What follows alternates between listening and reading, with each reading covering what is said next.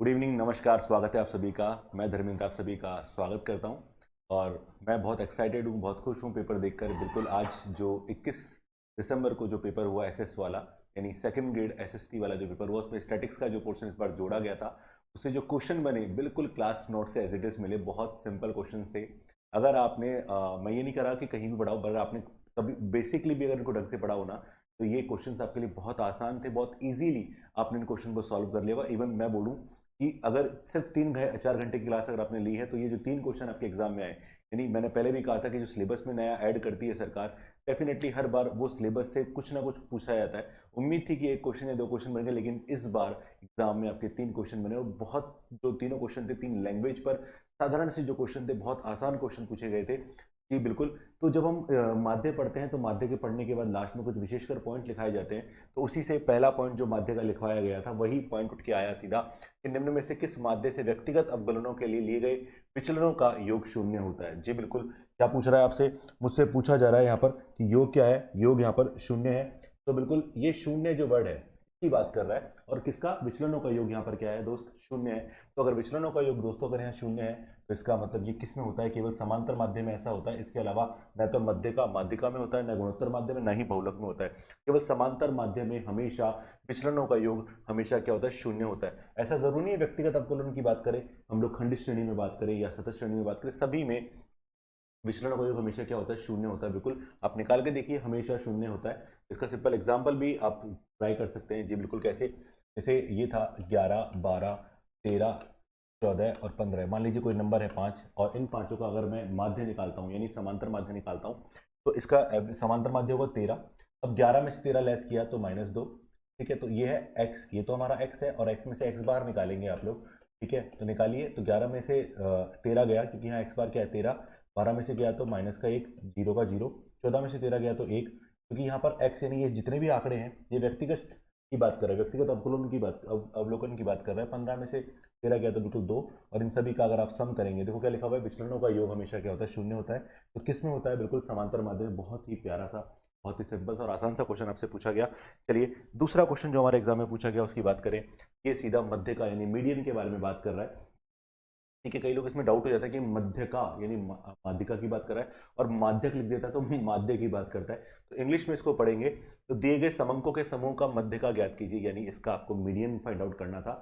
और मीडियन हम लोग जानते हैं, मीडियन क्या होती है? मिड वैल्यू होती है। और ये तो व्यक्तिगत श्रेणी देके पूछ रहा है, यानी कोई टेबल की बात नहीं कर रहा। अगर टेबल की बात कर रहा होता तो डेफिनेटली हमें थोड़ा सा समय लगता है, लेकिन ये बहुत सिंपल सा क्वेश्चन है।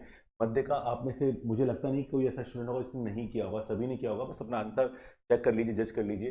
तो अगर मध्यिका निकालनी है आपको, यानी मीडियन निकालनी है, तो सबसे पहले आपको इन अवलोकनों को क्या आपको करना पड़ेगा? एक सीरीज में आपको अरेंज करना पड़ेगा, यानी आरोही क्रम में, छोटे से बड़े की ओर या बड़े से छोटे की ओर, जैसे आप चाहें वैसे अरेंज कर सकते हैं। दोनों से मीडियन सेम ही आएगी।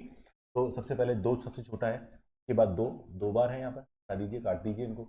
उसके बाद 4, बिल्कुल ठीक है, तो भी काट दीजिए। 6 2 बार है, बिल्कुल काट दीजिए इसको, तो ये भी 6 बार। उसके बाद फिर 7 है, उसके बाद 8 है, उसके बाद 9 है। तो यहाँ पर हम देख सकते हैं ये टोटल हमारे पास कितने हैं? 1 2 3 4 5 6 7 8। 1 2 3 4 5 6 7 8। ये 8 अवलोकन हमारे पास। और इन 8 में से अगर हमसे पूछा जाए माध्यिका, तो कहा जाता है माध्यिका सबसे बीच का नंबर है। और यहाँ बीच में 2 नंबर है यहाँ पर दोस्तों, 6 और 6। तो इन दोनों का एवरेज निकाल लीजिए। तो 6 + 6/2, यानी बिल्कुल इसका एवरेज क्या होगा? 6। इसका जो आंसर आएगा बिल्कुल यहाँ पर 6 का माध्यिका निकल के आएगा। बहुत ही प्यारा सा क्वेश्चन था ये। और तीसरा भी बिल्कुल लैंग्वेज बेस्ड क्वेश्चन है। क्या पूछ रहा है? निम्न में से किस माध्य में चरम मूल्यों का प्रभाव न्यूनतम होता है? बहुत कम लोग जानते हैं ये बात कि यहाँ पर बहुलक भी एक क्या है? माध्य ही है। लोगों को लगता है कि गुणोत्तर माध्य, हरात्मक माध्य और समांतर माध्य, 3 ही माध्य, बट ऐसा नहीं है दोस्तों। माध्य माध्य ये सभी माध्य है। वैसे मैं आपको बताऊं, ये सब हमारे गुणोत्तर माध्य, हरात्मक माध्य, समांतर माध्य जो है वो हमारे गणितीय माध्य यानी कैलकुलेशन बेस्ड होते हैं। बाकी हमारा बहुलक और माध्यिका भी हमारा माध्य ही होता है, लेकिन वो क्या कहलाते हैं? स्थिति माध्य कहलाते हैं। कौन से होते हैं? स्थिति माध्य कहलाते हैं। तो यहाँ पर पूछ रहा है चरम मूल्य का जो न्यूनतम प्रभाव जो है वो किस पर पड़ता है? तो सबसे पहली बात, समांतर माध्य पे सबसे ज्यादा पड़ता है। सर्वाधिक सबसे ज्यादा किस पे पड़ता है? सर्वाधिक यानी माध्य पे पड़ता है, बिल्कुल। यह अब समांतर माध्य हो, चाहे गुणोत्तर माध्य हो, चाहे ऋणात्मक माध्य, तीनों पे सर्वाधिक पड़ता है। लेकिन हमसे पूछा समांतर माध्य पे। ये क्वेश्चन कई बार पूछा गया एग्जाम के अंदर पहले। ठीक है, कि चरम मूल्यों का सर्वाधिक प्रभाव किस पे पड़ता है? समांतर माध्य पे पड़ता है। चरम मूल्य मतलब एक्सट्रीम वैल्यूज को हम बोलते हैं, सीमांत पदों को हम बोल सकते हैं। और सबसे न्यूनतम किस पर पड़ता है? बहुलक पे पड़ता है। तो इसका आंसर क्या था? बहुलक। हाँ, कभी पूछा जाए कि माध्यिका पे क्या होता है, तो माध्यिका पे कोई फर्क नहीं पड़ता, क्योंकि एक्सट्रीम वैल्यूज जो होती हैं, मीडियन हमेशा बिड वैल्यू होती है, तो मीडियन पर उन दोनों का कभी कोई प्रभाव नहीं पड़ता है। प्रभाव हमेशा सबसे ज्यादा किस पे पड़ता है, समांतर माध्य पे, और बहुलक पे क्या पड़ता है, न्यूनतम पड़ता है। तो इसका आंसर क्या होगा, बिल्कुल न्यूनतम। तो ये 3 क्वेश्चन आपकी परीक्षा में आए थे, और इस बार डेफिनेटली ये तीनों क्वेश्चन आपकी लैंग्वेज से उठाए गए पूछे गए। सेकंड क्वेश्चन जरूर कैलकुलेशन करनी थी आपको, लेकिन फर्स्ट और लास्ट अगर आपको क्लास में पॉइंट अगर आपने लिखे हैं, पढ़े हैं, और आपने अगर मेरी क्लास में पढ़ा है, तो डेफिनेटली आपने ये चीज़ पढ़ी होगी, ये पढ़ाया भी है। तो बिल्कुल उम्मीद करता हूँ ये तीनों क्वेश्चन आपके सही होंगे। यानी ये 3 क्वेश्चन अगर आपने सही किए, तो डेफिनेटली आपका स्कोर 3 नंबर, 3 क्वेश्चन के लिए 3 मतलब 3 क्वेश्चन आगे होगा।